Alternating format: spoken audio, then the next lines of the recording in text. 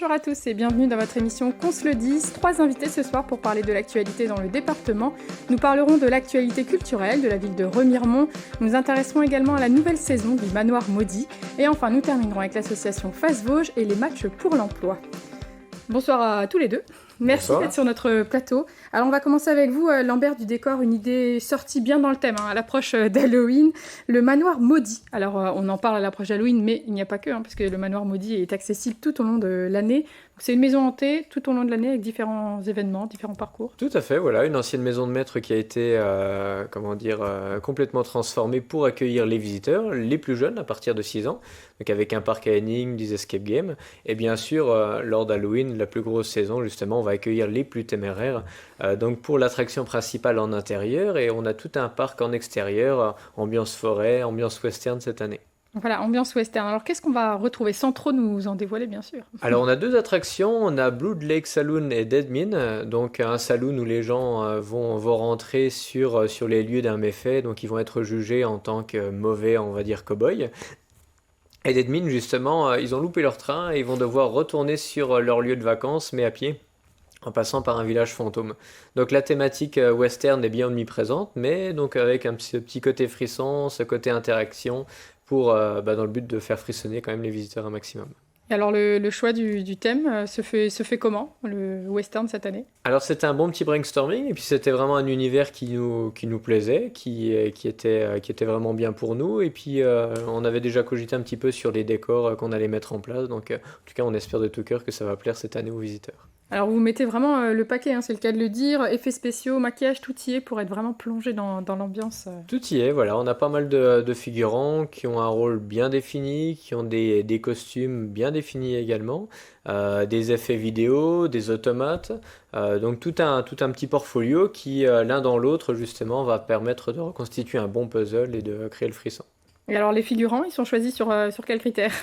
Le physique, déjà un physique atypique, une voix rauque, une voix de bonhomme, quelque chose qui m'impose un peu. Qui fasse un petit peu peur quand même. Voilà, pas trop non plus trop gentil au niveau du visage. Et puis sur la volonté, une personne qui justement a envie de participer, a envie de faire peur. Donc certains ont sont cosplayers, certains justement ont des notions de théâtre. Nous, on les forme également, on leur explique un petit peu notre manière de penser, notre vision des choses. On leur donne aussi quelques petites astuces pour les effrayer, donc voilà. Plein de petites choses. Alors, il y a une petite formation. Oui, alors, tout vous à fait. proposez aussi à destination donc, de toute la famille un parcours aventure où là, c'est plus accessible. C'est ça, voilà, on est bien conscient que voilà, l'horreur ne peut pas fidéliser les plus jeunes. Alors c'est pour ça qu'on a tout un parc à énigmes, donc ça va être la grande nouveauté d'Halloween cette année. En après-midi, les enfants auront leur parc à énigmes, où ils vont être plongés dans les décors du soir, mais on va adapter un petit peu les personnages pour que ça soit un peu plus gentil. Mais il y a aussi quand même un petit côté un peu pédagogique, donc avec des questions, des jeux d'adresse, des choses comme ça. Et pareil, tout au long de l'année, donc ils ont un escape game qui s'appelle La Gouvernante. Il y en aura d'autres qui vont arriver, où là pareil, ils viennent à la rencontre des personnages du manoir, mais d'une façon plus soft, tout en leur donnant quand même une petite part de frisson, pour que ça soit rigolo quand même.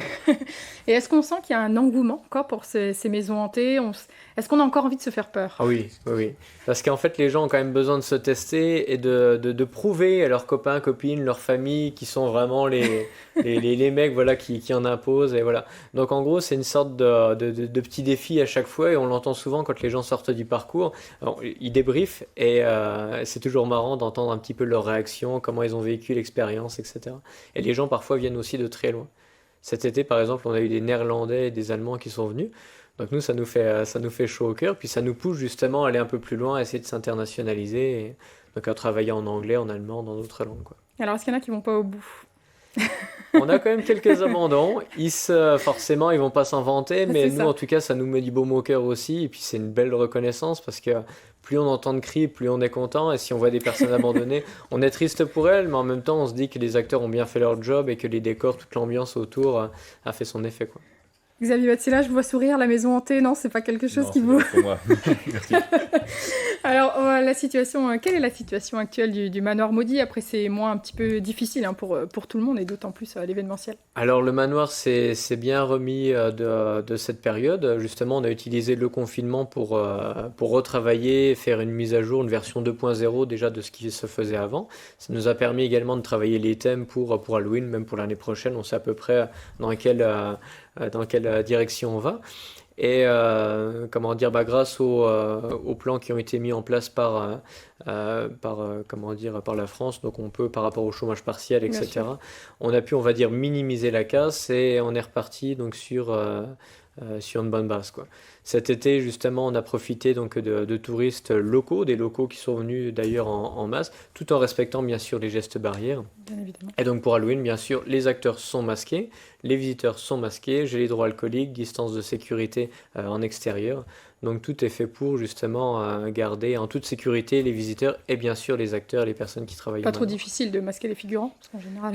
Alors c'est sûr que c'est un petit peu dommage parce qu'on cache un petit On peu les cache, expressions du visage, mais avec quelques petits subterfuges, en maquillant les masques, en les adaptant, on peut quand même réussir à avoir un très bon rendu en faisant oublier aux visiteurs justement ce foutu Covid, on va dire.